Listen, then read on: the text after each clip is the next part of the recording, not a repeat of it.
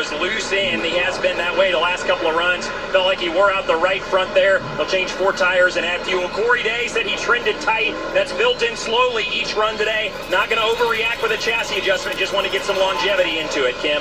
Yeah, for Brent Cruz, very happy with that race car. He said if we get this thing in clean air, it's going to be a bad deal for everyone else. You see the crew going to the left side, 4 fresh Goodyear tires. Sunoco field just felt really tight on exit. You see Justin Allgaier right there on the right side of your screen. You saw that chassis adjustment. That was for rear lateral. He needed more security, but he also needed the front tires way freer.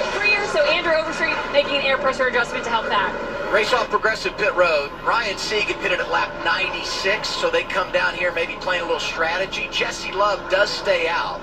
And I look right there, Corey Day lost 5 positions, wow. So he's going to be compromised here when we get the restart. You see the race off, final stage on the way from Rockingham on CW. Also want to pay off Jeremy Clemens down there.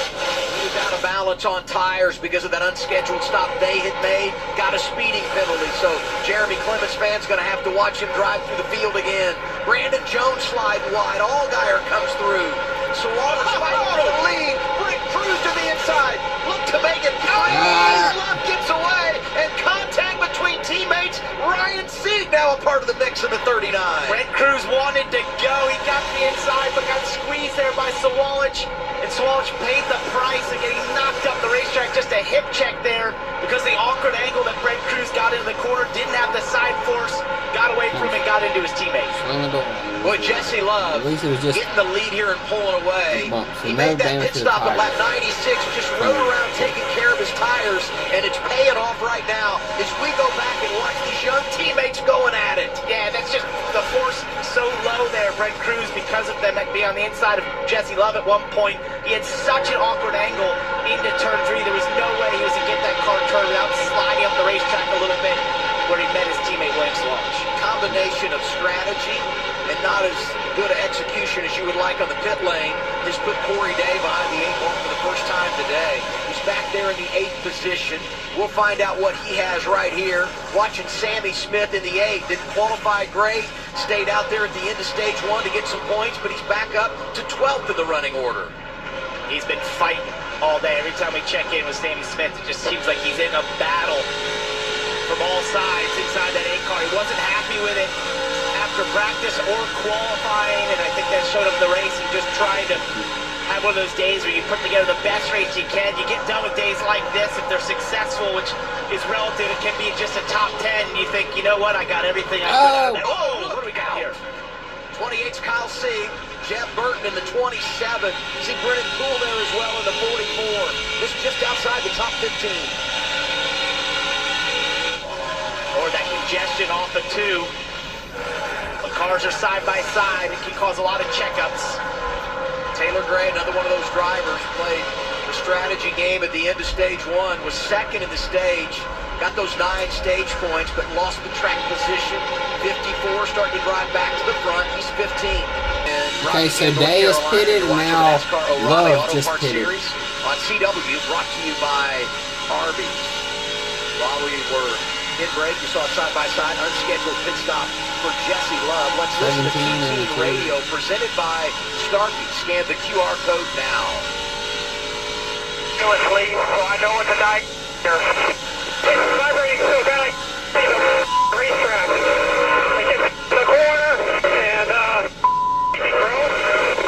second, hip top zooming. No, the right fob was blue. Put it on. Put the right sides on. So you heard that in-car audio from the 2 car of Jesse Love. They came down, they looked at the wheel studs, ready to put a spacer in. Ultimately, you kind of heard the tail end of that radio, loose right front wheel on Jesse Love's machine. In that exchange, he loses 3 laps. 33rd right now is our reigning champ. And his buddy's on the other end of it. Brent Cruz on cruise control right now. 92 to go, and he's out front.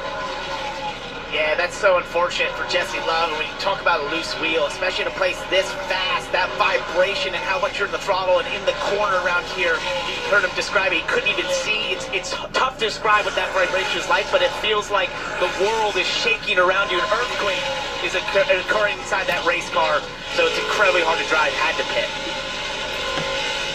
Corey Day trying to 1. Carson Quapple for 7. They've gone back and forth here. Day's been a bit of a yo-yo since we got the restart. Lost some positions, has gained some back, and working over Quapple here down to the inside. Not quite going to work for him. Didn't have the positive momentum off of 4. Said I got trouble Quapple able something to in fight my back. eye. Some of the momentum that gets real sideways there. Corey Day slots back in behind Carson Quapple. Have to do it all over again. Try the outside this time. Got to be some frustration here for Corey Day when you go out and lead 118 laps from the pole and win stage 1 and stage 2. But he's in the top 10 again. Tremendous learning experience and obviously not given up. Oh! I mean, little flash to what he does on the dirt. You said slide job. Just stick by and hang on to it. That was about as close to a slide job as you can have at Rockingham. Throwing it down into 1. He had the positive momentum off the top side of 4. Used the side draft, broke a little bit later, had a shallow entry, used less distance to slide up in front of the 1 at Carson Quapple, and Quapple gave him a little shot just to say, I didn't like that. I don't want to get past. They're kind of teammates, right? Yeah. Junior Motorsports, Hendrick Motorsports.